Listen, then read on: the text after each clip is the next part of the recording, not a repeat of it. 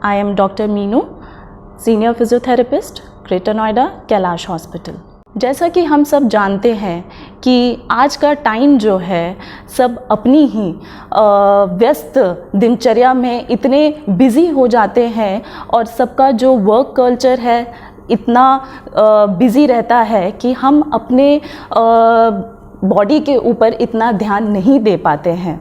और work culture ना ही सिर्फ मेल्स के लिए बल्कि फीमेल्स के लिए भी मैं बोलूँगी इक्वली इम्पॉर्टेंट है, जिस वजह से जो है कि आजकल के लोगों में जो ज़्यादा दिक्कत पाई जा रही है दर्द की है, वो दर्द किसी भी तरीके का ओरिजिन में हो सकता है। ये समस्या सिर्फ हमारे भारत तक ही सीमित नहीं है, ये समस्या भारत के बाहर वर्ल्ड वाइड जो है पाई गई है। वर्ल्ड वाइड लेवल पर एक सोसाइटी बनाई गई है जिसका नाम है international association of society pen का जो ग्रुप है, जिसके द्वारा पेन को डिफाइन किया गया है। इस सोसाइटी के हिसाब से इन्होंने जो पेन की, दर्द की जो परिभाषा दी है, डेफिनेशन दी है, उनका मानना ये है कि जो दर्द है एक इमोशनल, एक सेंसरी एक्सपीरियंस है एक इंसान के लिए, और वो जो इमोशनल और सेंसरी एक्सपीरियंस है वो हमारी बॉडी में कहीं भी किसी भी टिश्यू डैमेज की वजह से आ सकता है।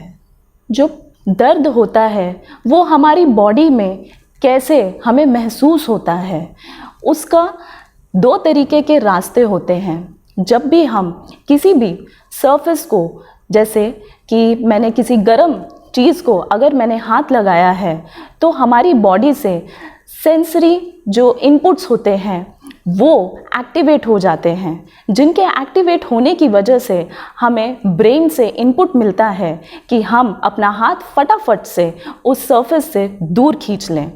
तो ये जो इनपुट मिलता है ब्रेन को हमारे उस अंग तक, उस रास्ते को जो बोला गया है वो रास्ता होता है डिसेंडिंग पाथवे, और जिस रास्ते से वो इनपुट दिमाग तक पहुंचा है उस रास्ते को बोलते हैं एसेंडिंग पाथवे।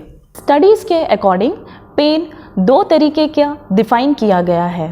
पहला जिसे बोलते हैं अक्यूट पेन एंड दूसरा क्रॉनिक पेन। अक्यूट पेन वो पेन होता है जो इमीडिएट किसी भी नॉक्शियस स्टिमुलस के कांटेक्ट में आने से आपको जो है पेन की परसिवरेंस हायर सेंटर्स में होती है।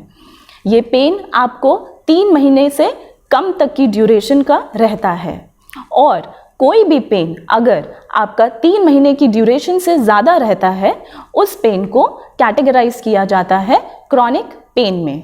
क्रॉनिक पेन में हमारे पास दो तरीके के स्ट्रक्चर्स या ओरिजिन हम कह सकते हैं जहाँ से हमें क्रॉनिक पेन महसूस होता है। पहला जो है सोमैटिक पेन होता है और दूसरा जो होता है विसरल पेन होता है। सोमैटिक पेन हमें जो महसूस होता है, जैसे कि हमारे जो स्ट्रक्चर्स हैं, स्किन है, हमारे बोन्स हैं, हमारे लिगामेंट्स हैं, हमारे टिश्यूज़ हैं, ये सारे जो भी कनेक्टिव टिश्यूज़, इन सारी चीज़ों से हमें जो पेन परसीव होता है वो सोमैटिक पेन में आता है। दूसरा जो होता है विसरल पेन होता है। जितने भी हमारे बॉडी के अंदर ऑर्गन्स होते हैं वहाँ से हमें जो भी पेन हमारे हायर सेंटर्स में परसीव होता है उसको हम विसरल पेन कहते हैं। फॉर एग्जाम्पल ब्लैडर रिलेटेड कोई पेन है, अपेंडिक्स है, आपका पैनक्रियाज है, स्टमक है, स्टमक के फर्दर पार्ट्स हैं, वहाँ पे अगर कोई भी पैथोलॉजी है और उस रिगार्डिंग अगर आप पेन महसूस या डिस्कम्फर्ट महसूस करते हैं, इसको हम विसरल पेन की श्रेणी में रखते हैं। अगर हम बात करते हैं पेन मैनेजमेंट की, तो पेन मैनेजमेंट के लिए एक मेडिकल फ्रेटर्निटी में मल्टीडिसिप्लिनरी अप्रोच होती है। उसी अप्रोच के अंदर जो एक सबसे मेजर रोल प्ले करती है पेन को कम करने के लिए, रिड्यूस करने के लिए, कॉम्बैट करने के लिए, वो है फिजियोथेरेपी। फिजियोथेरेपी के अंदर बहुत सारी थेरेप्यूटिक मोडालिटीज़ आती हैं और मैनुअल टेक्निक्स आती हैं जो आपके पेन को ना ही सिर्फ कम करती है बल्कि उसके रूट कॉज तक जाकर उसको रिजॉल्व करती है। अंत में मेरा आपसे यही कहना है, अपनी क्वालिटी ऑफ लाइफ को इम्प्रूव करने के लिए आप अपने घर के नियर बाय किसी भी क्लिनिक सेटअप पे या हॉस्पिटल सेटअप पे जाएं और फिजियोथेरेपी सर्विसेज को अवेल करें। Thank you. Subscribe now and press the bell icon. Never miss an update.